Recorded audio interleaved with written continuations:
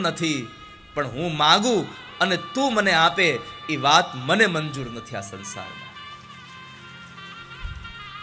માગું તો હમણાં આપી દે તું મને, પણ હું માગીશ ને તારી પાસે. સુદામા પિતાંબર કાઢીને પોતડી પહેરવા જાય છે. આ બાજુ દાવ દાદાએ કહ્યું, પ્રભુ શું કરો તમે, આવું કેમ કરો છો? પોરબંદરમાં આટલું બધું આપ્યું અને અહીંયા એક પિતાંબર કઢવી લો છો, શું ઓછું થઈ જાય? ભગવાન ગદગદી સ્વરે બોલ્યા છે, સજળ લઈને ભગવાન બોલ્યા છે, મોટા ભાઈ તમારી વાત સાચી છે કે પોરબંદરમાં આટલું આપ્યું અને આ પિતાંબરમાં મારું શું ઓછું થવાનું હતું, પણ સાંભળો, મારા સુદામાને અયાચક વ્રત છે, કોઈની પાસે માગવું નહીં આવું વ્રત મારા સુદામાને છે. પોરબંદરથી આવ્યા ત્યારે પોતડી પહેરીને આવ્યા હતા અને દ્વારકાથી પિતાંબર પહેરીને જાય તો પોરબંદરના લોકો તરત કહેશે કે નહીં માગવું એવું તો ખાલી નિયમ છે. આ દ્વારકાથી પિતાંબર માગીને લઈ આવ્યો અને મારા સુદામાને કોઈ માગણ કહે એ હવે કૃષ્ણ ન સાંભળી શકે, ક્યારેય હું ન સાંભળી શકું. તમે કહો તો હજી પિતાંબર પોરબંદર મોકલી દઉં, પણ મારો સુદામો પોતડી પહેરીને પાછો જશે.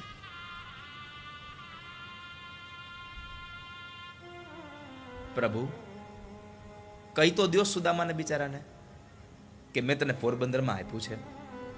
ભગવાને કીધું, મોટા ભાઈ માગવા આવનારો માણસ જો માગી ન શકતો હોય તો હું દેનારો છું, કેમ કહી શકું કે મેં આટલું આપ્યું તમને? એને જવા દો. ભગવાન સુદામદેવ બ્રાહ્મણ પોતડી પહેરીને આવ્યા. 56 સીડી ભગવાન પોતે ઉતારવા માટે આવ્યા, દાવદાદા સાથે આવ્યા છે. નીચે જોયે તો રથ તૈયાર હતો એટલે દાવદાદાને પૂછ્યું ભગવાને, આ રથ કોના માટે? તો કે સુદામા માટે. દારૂકને કહું ને એટલે બેસાડીને મૂકી આવે. ભગવાને ના પાડી કે ના, મારો સુદામો ચાલીને જશે. દાવદાદા કહે છે, પણ આ શું કામ આવું કરો તમે? કદાચ એ રથમાં બેસીને જલ્દી ઘરે પહોંચે, તમારું શું વાંધો તમને? તમારે ક્યાં મૂકવા જાવો છે? દારૂક મૂકી આવશે. ભગવાને કીધું, ના મોટા ભાઈ, એટલા માટે નહીં, કદાચ જવું પડે તો હું એનો સારથી બની જાઉં, એ તો મારો મિત્ર છે. પણ હું તમને એટલા માટે ના પાડું છું કે સુદામા જેવા પવિત્ર બ્રાહ્મણને ઉઘાડા પગે મારી દ્વારકાની ધરતીમાં ચાલવા દો. આ સુદામા જો એના ઉઘાડા પગે દ્વારકામાં ચાલશે ને તો મારી દ્વારકાની ધરતી પાવન અને પવિત્ર બની જશે. ભાગવતજીમાં લખ્યું છે, ભાગવતજીમાં લખ્યું છે કે જ્યારે ભગવાને સુદામાના પગ ધોયા ને, એ પગ ધોયેલું પાણી ભગવાને પોતાના જમણા હાથમાં લઈ હથેળીમાં અને પોતાના માથે છાંટ્યું છે. પવિત્ર જળને પોતાના માથે છાંટ્યું. હવે તમે વિચાર કરી લો કે બ્રાહ્મણના પગનું ધોયેલું જળ ભગવાન પોતે માથે છાંટતા હોય. જે ભગવાનનું નામ લેવાથી આ સંસાર આખો પવિત્ર થઈ જાય અને બધાને પવિત્ર કરનારો બ્રાહ્મણના પગનું જળ જો પોતાના માથે છાંટતો હોય તો બ્રાહ્મણના પગના જળની કિંમત કેટલી હશે આ સંસારમાં? બ્રાહ્મણના ચરણના એ ધૂળની કિંમત કેટલી?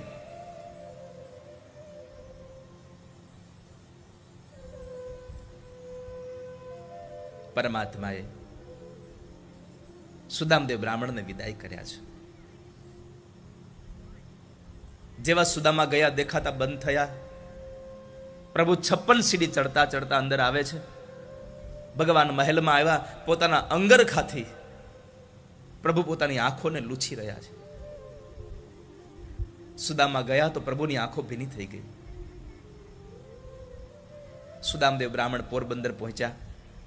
પોરબંદરમાં આવીને જુએ તો જે જગ્યાએ ઝૂંપડા હતા ત્યાં મહેલ થઈ ગયા હતા. ગભરાઈ ગયા કે મારા છોકરાઓ ક્યાં ગયા હશે?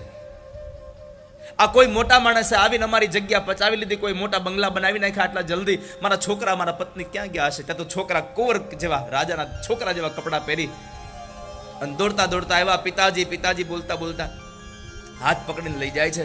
સુશીલા નારી 16 શણગાર સજીને પોતાના પતિની એક થાળી લઈ અને આરતી ઉતારવા માટે તૈયાર ઉભા છે. દરવાજામાં આરતી ઉતારવા જાય એના પેલા સુદામાએ હાથ પકડ્યો, ઉભા રહો. પેલા ઈ કહો, હું ગયો ત્યારે પહેરવાના કપડા નહોતા અને હું આવું ત્યાં આટલું બધું આ ક્યાંથી લઈ આવ્યા? તમે કોની પાસેથી માગી આવ્યા? આંખમાંથી અશ્રુના બિંદુ પડ્યા છે સુશીલા નારીને અને એટલું બોલ્યા છે, અમે કોઈ પાસે માગ્યું નથી. અમે તો તમારા રાજીપામાં રાજી રહેવા વાળા છીએ. તમારા વ્રતને અમે શું કામ તોડીએ? અમે કોઈ પાસે માગ્યું નથી. પણ નાથ, તમે દ્વારિકા ગયા હતા ને? હા, તો બસ તમે દ્વારિકા ગયા હતા એ તમારા મિત્ર કૃષ્ણએ આ બધું મોકલાવ્યું છે, આ એ આપી ગયા છે. અમે કોઈ પાસે લેવા નથી ગયા ક્યાંય. કૃષ્ણએ આપ્યું છે એટલું કહ્યું સુદામાની આંખમાંથી દડ દડ અશ્રુની ધારા વહી ગઈ. દ્વારિકા તરફ નજર કરીને એટલું જ બોલ્યા, એ કનૈયા. દ્વારિકામાં એક પિતાંબર કઢવી લીધું અને પોરબંદરમાં આટલી સંપત્તિ આપી દીધી મને, આટલી સંપત્તિ મને આપી તે. મને કહો, આ સંસારમાં મિત્રતાની કથાઓ બહુ જોઈ હશે, પણ સુદામા અને કૃષ્ણ જેવી મિત્રતા આપણે ક્યાંય જોઈ? મારો મિત્ર ગરીબ ન થાય એટલા માટે દાળિયા હું ખાઈ જાઉં, અને મારા સુદામાને કોઈ માગણ ન કહે એટલે પિતાંબર પણ કઢવી લઉં. નહીં રે જાણેલી કદી, નહીં રે માણેલી, નહીં રે જાણેલી કદી, નહીં રે માણેલી. જેની કોઠડી તોડાય નહીં તોડી, સંતો રે આવી કૃષ્ણ સુદામાની જોડી. સંતો રે આવી કૃષ્ણ સુદામાની જોડી. કૃષ્ણ અને સુદામાની આ જોડ 2 અધ્યાયમાં સુદામ ચરિત્રની કથા સુખદેવજી મહારાજ રાજા પરીક્ષિતને બતાવીને કીધું કે રાજા, આ સંસારનો કોઈ પણ જીવાત્મા સુદામ ચરિત્રની કથા સાંભળશે, એના જીવનમાં કોઈ દી ગરીબાઈ નહીં આવે, એને ક્યારેય ગરીબાઈ નહીં આવે. આ કથા બતાવી પછી પરમાત્મા સુખદેવજી મહારાજ પરીક્ષિત રાજાને બતાવે કે રાજા, ભગવાન સૂર્યગ્રહણના દિવસોમાં કુરુક્ષેત્રમાં સૌને લઈને ગયા તીર્થના પૂજન માટે, અને એ તીર્થના પૂજન માટે જ્યારે સૌને લઈને ગયા, એમાં વૃંદાવનમાંથી નંદ બાબા અને યશોદા પણ ત્યાં આવેલા, અને ભગવાન એ બધાને મળે છે. પરમાત્મા મળ્યા એ સમયે છાવણીમાં બધા બેઠા છે, અને ભગવાન મા પાસે બેઠા બેઠા માને પૂછ્યું કે મા, હું તમને શું આપું? પરમાત્માએ માને માગવા કહ્યું તો માએ એટલું જ કીધું, પ્રભુ તમે મારી પાસે બહુ માગ્યું હતું, આજ તમે મને માગવાનું કહો છો, તો હું એટલું જ માગું છું કે જેમ આજ તમે મારી પાસે બેઠા છો, મારી નજીક છો, બસ તમારી યશોદા એટલું ચાહે છે કે જે દિવસે યશોદા પ્રાણ છોડે એ દિવસે કૃષ્ણ મારી પાસે હોય અને હું આ સંસાર છોડીને ચાલી જાઉં, આટલી કૃપા કરી દો મારા ઉપર. श्री गंगा जी का तट हो, यमुना का बंसी बट हो, मेरा सावरा निकट हो, जब तन से. ભગવાન એટલી કૃપા કરજો કે મારો સાવરો મારી નજીક હોય અને મારો પ્રાણ નીકળી જાય. इतना तो करना स्वामी जब प्राण तन से निकले.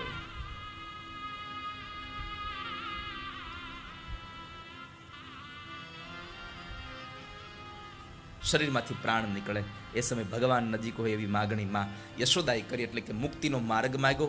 માં દેવકીને પૂછ્યું કે માં તમને શું આપું? માં દેવકીએ કહ્યું, પ્રભુ માં છું એટલે 2 વચન જોઈએ છે. પેલું વચન એ આપો કે કંસે મારા 6 દીકરાને મારી નાખ્યા, એને એકવાર મારે જોવા છે. ભગવાને સુતલ પાતાળમાંથી એ દીકરાઓને દર્શન કરાવ્યા, અને બીજું વરદાન કે તમારા પિતાજીને જે મોક્ષનો માર્ગ આપ્યો એ માર્ગ મને આપી દો. એ માર્ગ આપવાની વાત કરી. સૌને મળ્યા, સૌને મુક્તિનો માર્ગ આપ્યો, એ કથા બતાવી, અને પ્રભુ ફરી પાછા સૂર્યગ્રહણનો આ સમય પત્યો એટલે તીર્થના દેવતાની પૂજા કરી અને ભગવાન ફરી પાછા દ્વારિકા પધાર્યા. એ કથા બતાવી, અને અહીંયા આગળ શ્રીમદ ભાગવતના 10મ સ્કંદના ઉત્તરાર્ધ અને પૂર્વાર્ધ 2 ભાગો સાથે સંપૂર્ણ 10મ સ્કંદને વિશ્રામ કર્યો. 11મા સ્કંદની અંદર ભગવાન સ્વધામ ગમન થયા એની કથા સુખદેવજી મહારાજ રાજા પરીક્ષિતને બતાવે છે. રાજા બ્રાહ્મણોના શાપને લઈ અને પ્રભુ સ્વધામ ગમન થયા. બ્રાહ્મણોએ કેમ શાપ આપ્યો પ્રભુ? બાપજી, ભગવાનને શાપ બ્રાહ્મણોએ કેમ આપ્યો? તો કહે છે કે ભગવાનના દીકરા સાંબ પોતાના મિત્રોની સાથે નશો કરી અને પિંડારક ક્ષેત્રમાં જ્યાં બ્રાહ્મણો બેઠા હતા ત્યાં પિંડારક ક્ષેત્રમાં એ બ્રાહ્મણોના સત્રમાં જઈને બ્રાહ્મણોની મજાક કરી અને સાંભ સ્ત્રીના કપડાં પહેરીને આવેલો અને એણે પૂછ્યું કે આ સ્ત્રીને દીકરો આવશે કે દીકરી આવશે? ત્યારે બ્રાહ્મણો ક્રોધે ભરાઈને કીધું કે અમારી મજાક ઉડાવનારા હે યાદવો, અમે શ્રાપ દઈએ છીએ, નહીં દીકરો આવે નહીં દીકરી આવે, પણ યદુવંશનો નાશ કરે એવું હળ મુસળ પેદા થશે. હળ મુસળ નીકળશે એમાંથી.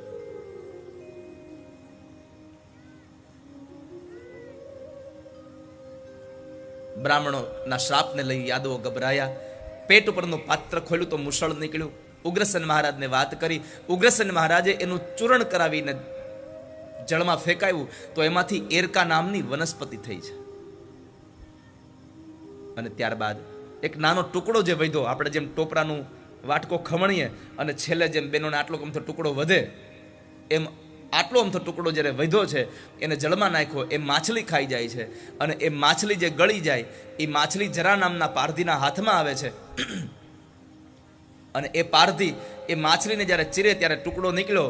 એ ટુકડો એણે તીરની અણી બનાવી અને શિકાર માટે નીકળે. આ બાજુ બીજો શ્રાપ યાદવોને એનો હતો, ભગવાનને કૌરવોની માતા ગાંધારીનો. યુદ્ધ સમાપન થયું અને ભગવાન જ્યારે ગાંધારી પાસે ગયા તો ગાંધારીએ કહ્યું કે તું એકલો મરીશ, અસહાય મરીશ, પશુના મોતે મરીશ. ભગવાને આ શાપને પોતાના માથે ચડાવ્યો કે જાણે ભગવાનને આશીર્વાદ મળ્યો હોય. યદુવંશના નાશ માટે જે જે કંઈ થતું હતું ભગવાને સ્વીકાર્યું છે. પરમાત્મા બધાને નિમિત્ત બનાવી અને હવે બ્રાહ્મણોના શાપથી દ્વારિકામાં અનિષ્ટ થયા એટલે ભગવાન તમામ યાદવોને લઈ પ્રભાસ ક્ષેત્રમાં તીર્થમાં જઈ અને તીર્થના દેવતાઓના પૂજનની વાત કરે છે. ઉદ્ધવજી મહારાજ ભગવાનના પગ પકડે, પ્રભુ હું સમજી ગયો તમને, તમે લીલા સમેટવાની તૈયારી કરો છો, કાળ જેનાથી ડરે છે,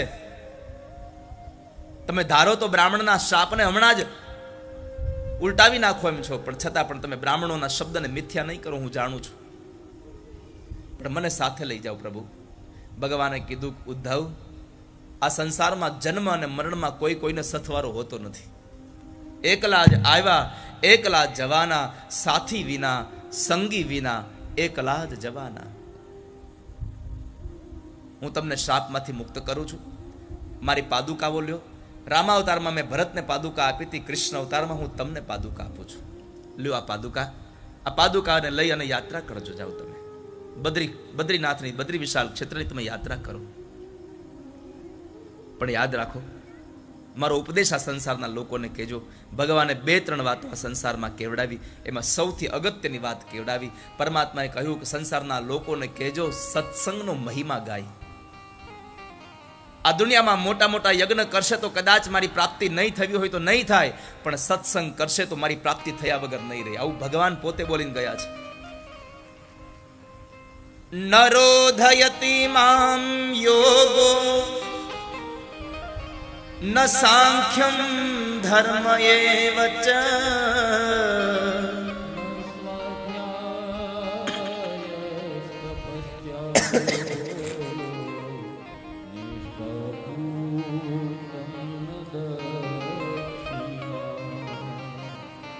વ્રતાની યજ્ઞ છંદાંસી તીર્થાની નિયમાયમા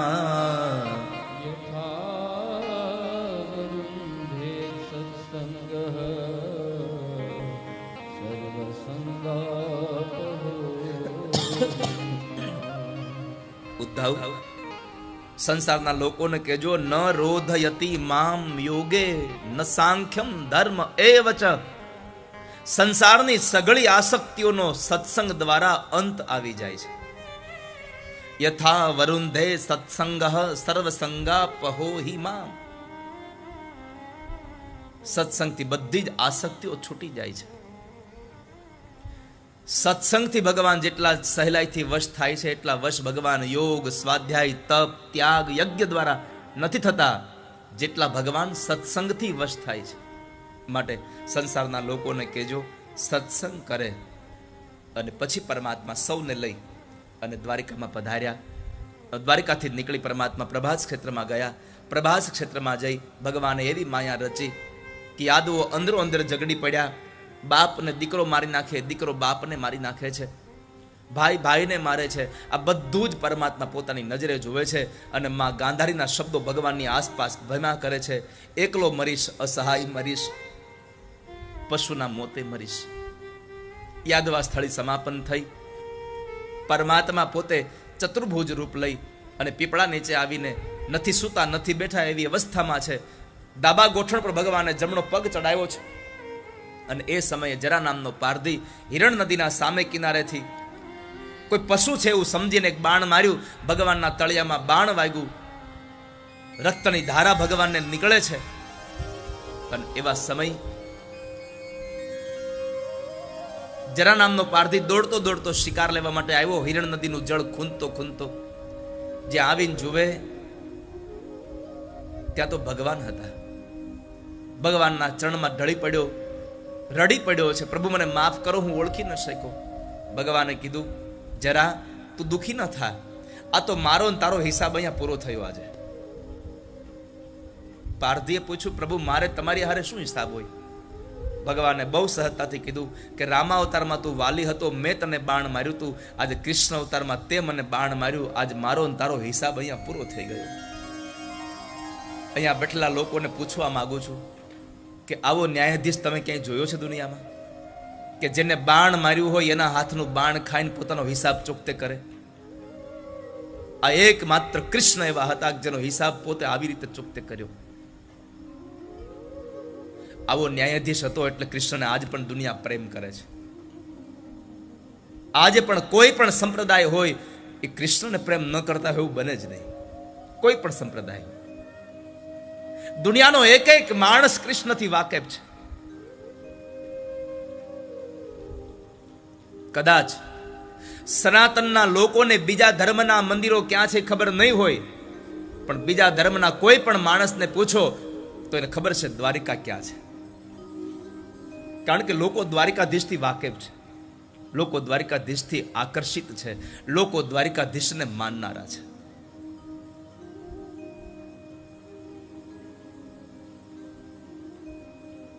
કદાચ એની સ્ટોરી ન ખબર હોય આખી, પણ કૃષ્ણ કોણ છે એટલી તો ને ખબર જશે. તો પરમાત્માએ જરા નામના પારધીને સાંત્વના આપી. પછી પરમાત્મા પારધીને કહે છે, પારધી મારા આ શબ્દનું ધ્યાન રાખજે અને પશુઓ વીખી ન નાખે. ભગવાને કાર્યભાર સોંપ્યો, મારો અર્જુન આવે ત્યાં સુધી રાહ જોજે. તમે વિચાર તો કરો, ભગવાન જેવા ભગવાનને અર્જુન અગ્નિદાહ દેવા આવે એની રાહ જોવી પડે છે. કર્મન કી ગત ન્યારી. આ સંસારમાં કર્મની ગતિ બહુ ન્યારી છે.